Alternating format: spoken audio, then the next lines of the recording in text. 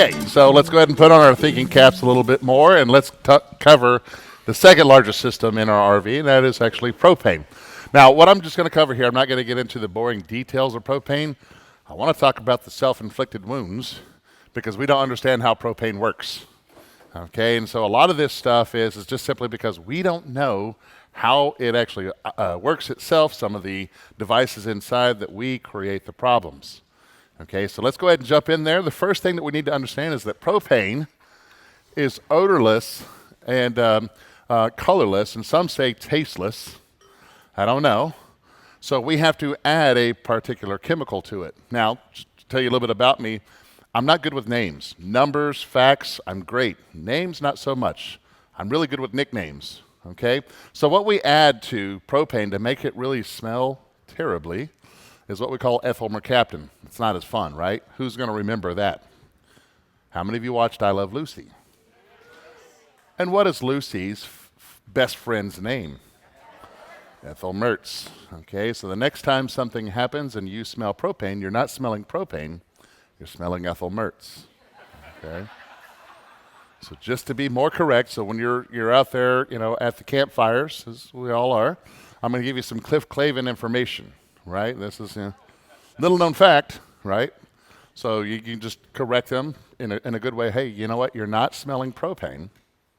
You're smelling ethyl mercaptan, a.k.a. Ethel Mertz. Okay, so you can remember it that way. All right. Now, one thing I do, and this is a very serious topic, your LP detector actually detects LP.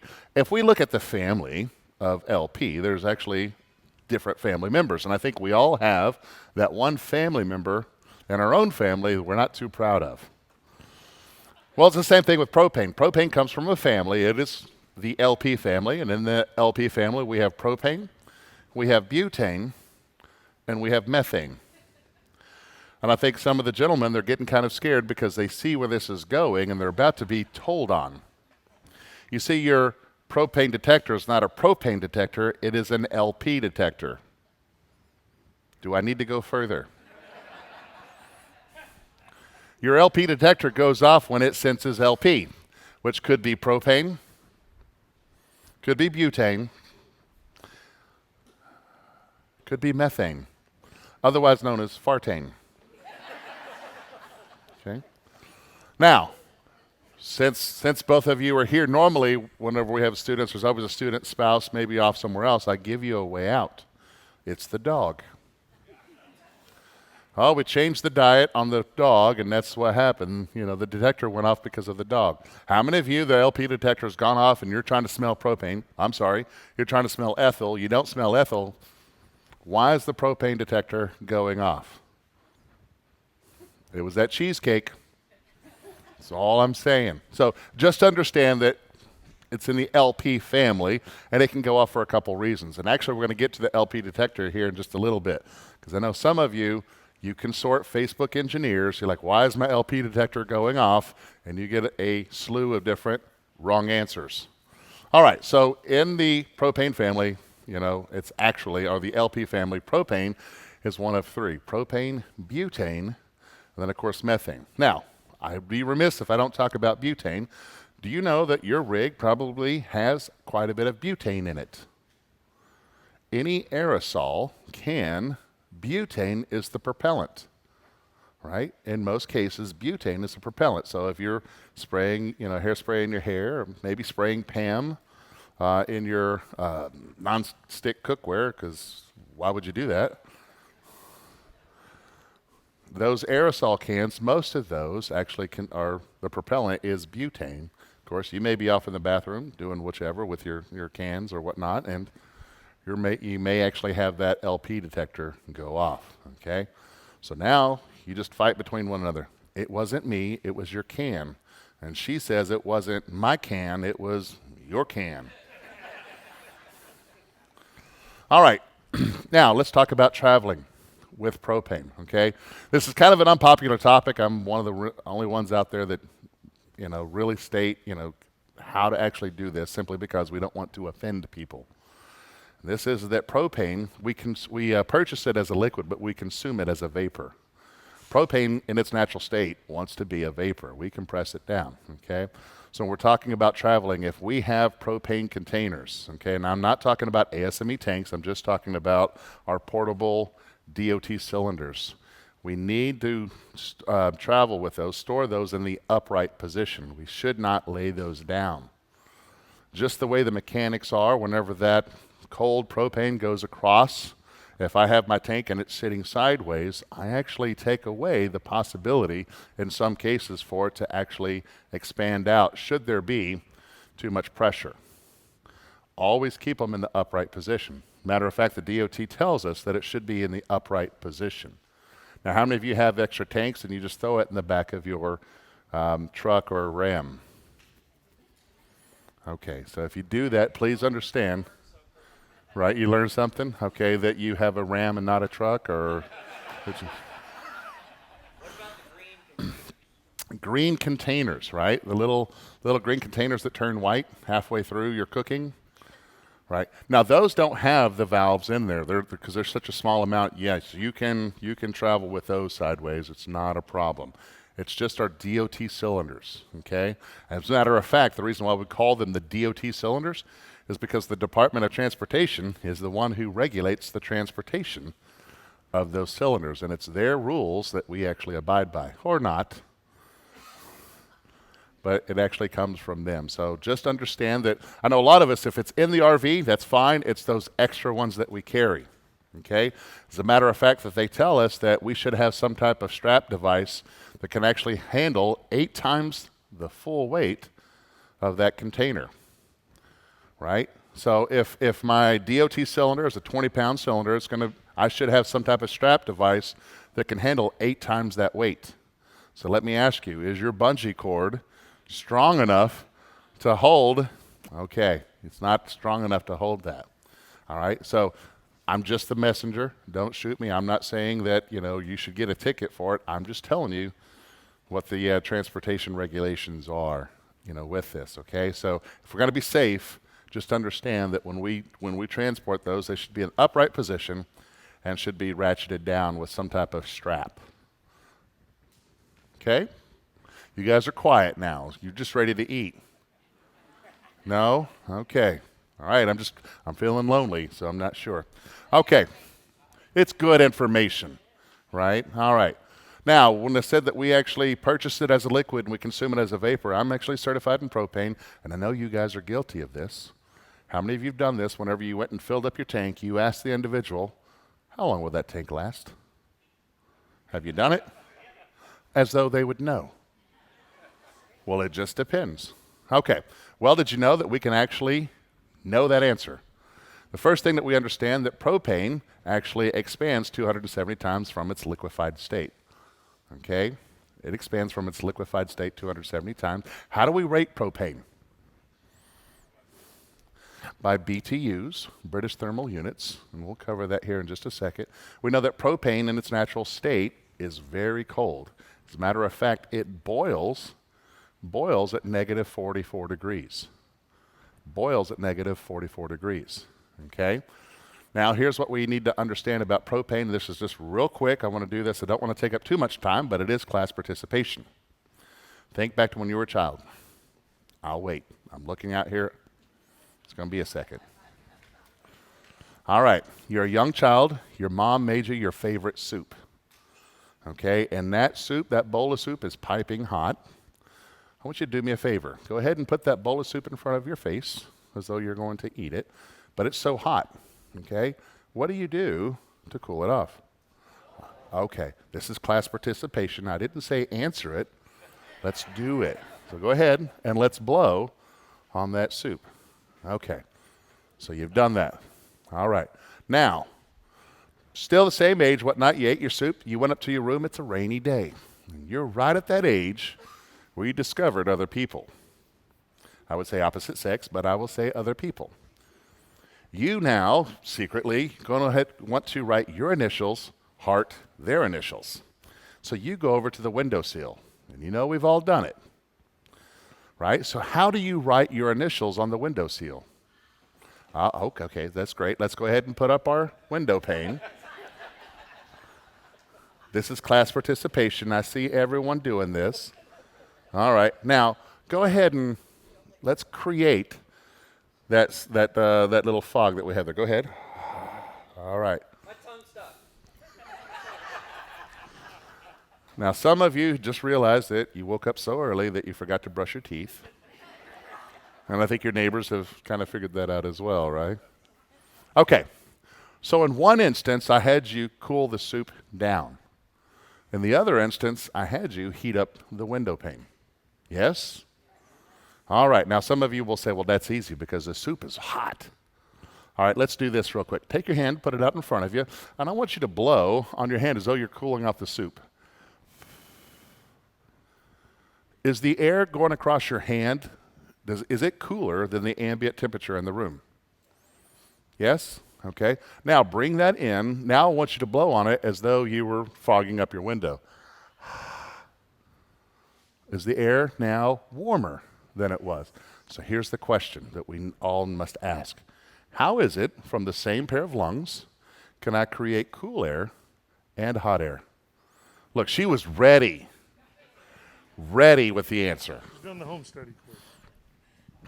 You are compressing it to make it cooler, and you are basically expanding it to make it warmer. Okay. Not as fun as an answer as I have, but you are right. It's because you have a sphincter.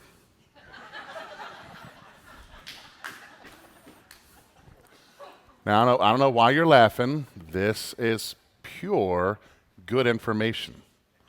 Oh, by the way, you have more than one sphincter, okay? A sphincter is just a muscle that makes a circle.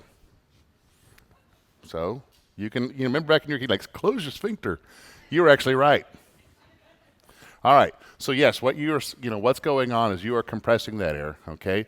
But how does it get cool? Okay, we're compressing it, shooting it out, but how does it get cooler than the ambient temperature? Oh, I'm sorry, only one question per. No one. Do you want to ask the question? Okay, because my team has just kind of given up on me. It was the same person you went to. Real quick, I only have 45 minutes. You're reducing the molecular motion by compressing it, therefore reducing the heat. Okay, hold on. I'm a tech. She was a science teacher. Bring that down. History. Oh, that's even worse. I can't even repeat what you said. Let's do this again. All right. Here, let me. You're right.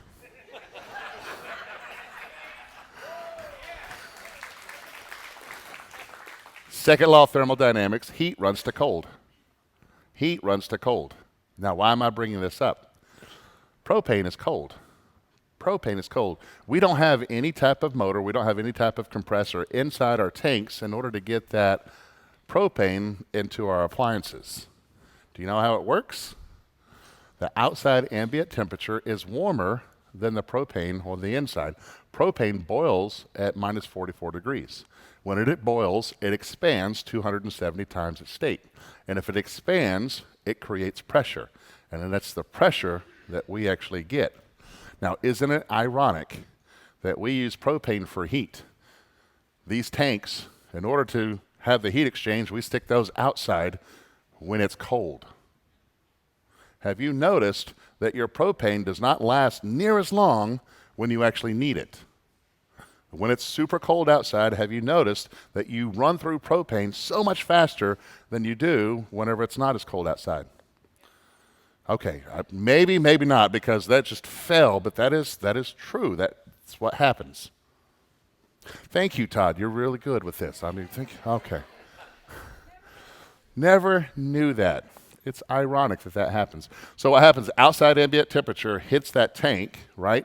It causes pressure, and if we open up any type of appliance and say, hey, we want propane, the propane actually just goes through the lines. But in the winter, we run through those tanks.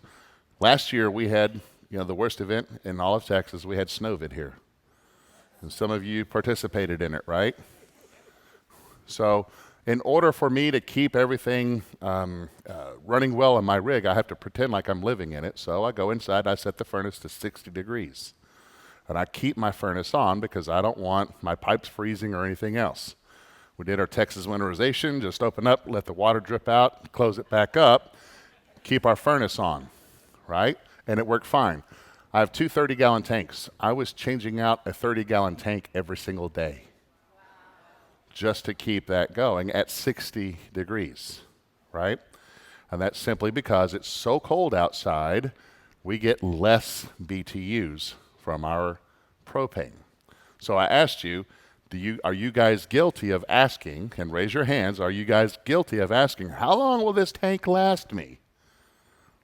None of you. So great. You're all smart in this. You all have it down. You've never asked those questions, right? You just go do it. All right. Let's look at this real quick. When we're looking at how much propane we have and how much we're using, we can actually quantify that with BTUs, British thermal units. I'm not sure who came up with it, but this is what we're using. I know it was like a very subtle joke. There we go. Like a time bomb. It finally went off. Oh, British thermal units. He doesn't know who used it. Oh, that's so funny.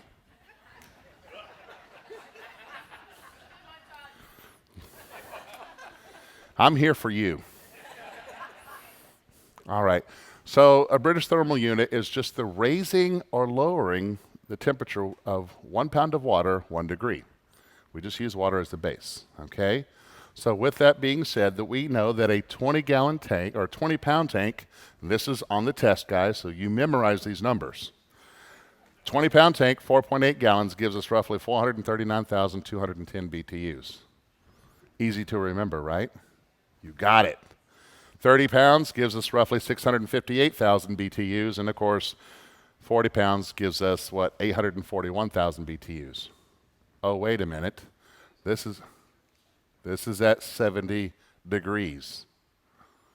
Okay, again, if we actually use propane when it's cold, here's the funny thing about propane. Propane is a special gas, okay, and Boyle's law states that if we have a gas, that the temperature or the volume of the gas will expand based on temperature. Well, we keep that propane compressed in a tank, right? So the hotter it gets, the more pressure we get, right? But the colder it gets, the less pressure. The less pressure means less BTUs. Okay? So let's look at this. At 70 degrees, I've got roughly 127 psi at my service valve. At 100 degrees, 196. At 130 degrees, 287. So the hotter it gets, the more pressure we have. How many of you go to the exchange and exchange out your propane tanks? None of you. Okay. Was there a hand? It was kind of a half committal. I wasn't sure. Okay. Again, class participation. I was looking for somewhere around 100%. You've all done it at one time. No. Okay. Apparently not. You all go get them filled up. Thank you. Have you ever noticed that when you exchange those tanks, they don't last as long? That's because they don't fill them up all the way. See, their thought is this is sitting out in the sun in that metal cage, and so when we fill up these tanks, they don't want this to get up to 287 psi, so what they do is they lower how much they put in. Because that's the true reason why they do that, right? That's what they state. It makes sense, right? Until you take that from that cage, which is sitting out in the sun, and you take it and you put it on the outside or on the tongue of your RV that's sitting in the same sun. Well, I could fill 80% here. Why did they only fill it at 60% or 50% over there, right? So just understand, the hotter it gets, the more pressure we have. Great. So what do we learn from this? When's the best time to use our propane? In the summer, when you're grilling. I'm just doing what Todd said. This is the most efficient time to do it. I'm getting the best BTUs, right? We're all about, trying to find ways to save money. The best time to do that is in the summer. Well, if the hotter it gets, the more pressure there is, then the colder it gets, the less pressure we have. Remember I said, isn't it ironic that whenever we try and use propane, the biggest time that we use propane, and the most, is when it's cold. So let's take that 20-pound cylinder. Remember, if it was full, if it's completely full, it was around 439,000 BTUs. Well, at 50%, we have 219,000 BTUs at 80 degrees. When we get close to 20 degrees, that same 10 pounds of propane drops down to 34,000 BTUs. Okay? At 0 degrees, now I don't understand why your RV has wheels, and you found a place where it's 0 degrees. You have not got the concept of RVing down yet. But if you did, 16,000 BTUs. Well, I know that for some of us that's still okay, so I get less. What does that mean? Well, let's look at it this way. We have furnaces inside our rigs. And what we have determined is for every 1 foot, 1 linear foot of our RV, we need 1,000 BTUs in order to control the temperature. So if you've got a 30-foot RV, you've got a 30,000 BTU furnace, 30,000 BTUs per hour. So if you're RVing incorrectly, right, you only got 10 pounds of propane in your system, winter has come, it is now 20 degrees outside, how many BTUs do you have, or how many hours can you run your furnace? 1 hour, right? 1 hour. So this is why we got to figure out, okay, our propane tanks are on the outside, and it's the ambient temperature that affects the efficiency of that propane. So what should we do? Leave. The RV has wheels.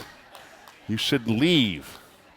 Do they make propane tank koozies? They do make koozies.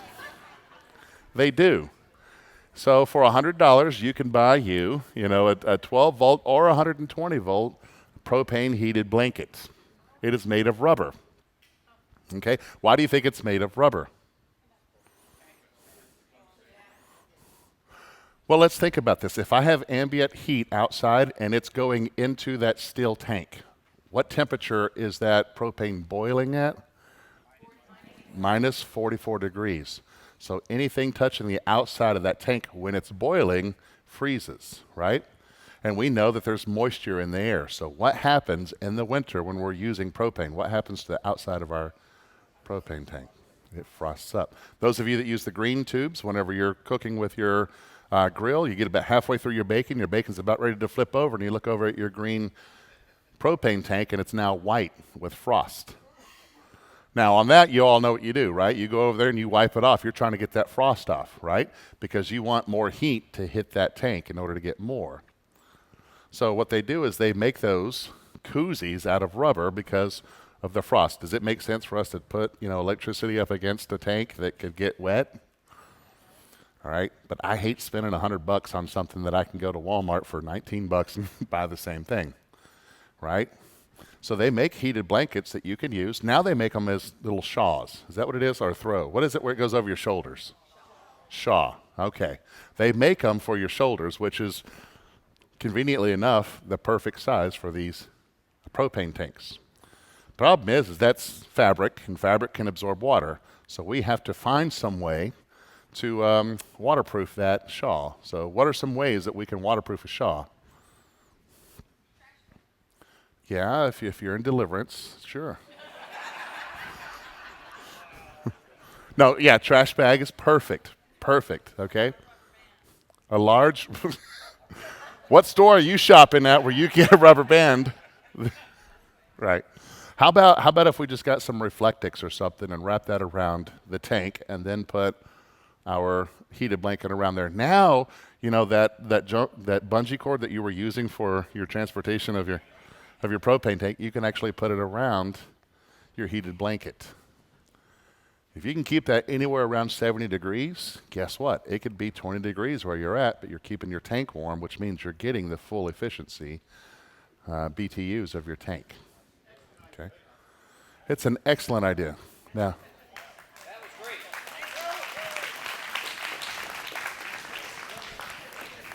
Todd, yes. Just a quick question. If you fill your propane tank when it's cold, are you going to actually get more propane in that tank? Right.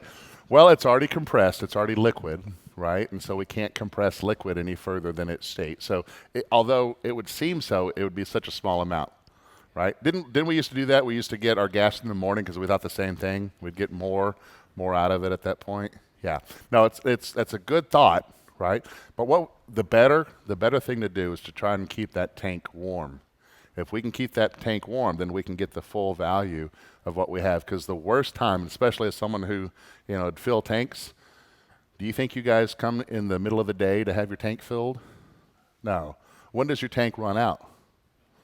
In the middle of the night when you got your jammies on, right? So, that's when I get the call. I'm out of propane. Well, it's 7 a.m. I'll see you. No. It all depends. So just understand that if you are RVing wrong and you can't get out, winter has come, get out there and find a way to get that tank warm. Okay, find a way to get that tank warm. At least block the wind.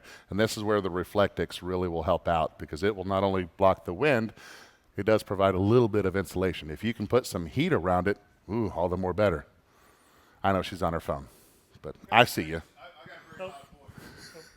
I understand.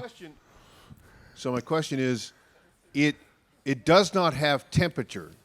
It does not have propane in the cylinder. Doesn't have its own temperature. Correct. By adding insulation, you are not adding temperature. You are simply maintaining the Protecting. current. So how are we raising the temperature if the ambient temperature of the air outside is going to be, I'm going to say, 70 degrees? Well, so with the heated blanket, you will be adding the heat. So it's twofold. It's Yeah. insulate and add a source of heat. Correct. Okay. Yeah. There's another way that we do it, and that's just to pee on it, but that's a whole another story. Yeah, well, you do that, but it also will knock the frost off. Ask By me the how way- I know.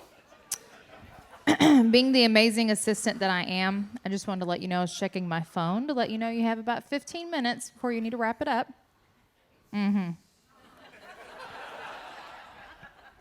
All right, let's talk about, they're saying let's wrap this up. All right, let's talk about, this little item right here, and this is where we have a lot of problems. So one of the things that we have is what we call an excess flow valve. That's that green cap that we have that we connect to our tanks. And here's a cutaway, and here's the design, and here's what, this is what is actually taking place. Previously, before we had these here, if we were traveling down the road and we had our propane on, in other words, our tank is open, should there be a catastrophic break, we would have propane just flying out. First responders started looking at this and said, hey guys, we're rolling up on a potential bomb. You've got all this propane coming out. All we need is a spark. We've got to come up with something better. So what they did is they changed the design of course, the service valve, but they also changed this section right here. And one of those pieces there is what we call the excess flow valve. What I want to point you to is you'll see that bearing in there, and you'll see on either side of that bearing is a spring. That spring is actually calibrated to have just the right amount of pressure from the propane as it's coming through. That bearing will sit right in the middle and allow propane to go through it, right? But in order for propane to go through it, there has to be sufficient back pressure. Now, how do we get back pressure? When our appliances are off and we're not calling for propane, whenever it charges the system, when that system is charged, it pushes back. Puts that bearing right in the middle because it's calibrated and it allows propane to go through. Should there be a catastrophic break, we lose the pressure on the backside of that bearing would shoot forward and it would restrict the flow of propane. Are you tracking with me so far? Okay. Here's where we have a lot of problems. Is like whenever we are setting up, right? And so especially as a team, I have to do everything outside. Stephanie goes in and does the stuff on the inside. Right? And we're kind of competitive. Sometimes we like to see who can finish faster, right? As a matter of fact, I have to run and put the stinky slinky on before she gets the slides out, because as soon as we hit the level and you hear success, it's on. She's going in to get the slides out, and exactly where my slide is out, that's where the stinky slinky goes. So it's a race. We're going, right? Well, sometimes we go in and we may want to turn on the furnace because it is cold. Or we've been traveling all day, it's time to eat, so you turn on the stove. Well, I will teach you, and do not travel with the propane on. I have it off.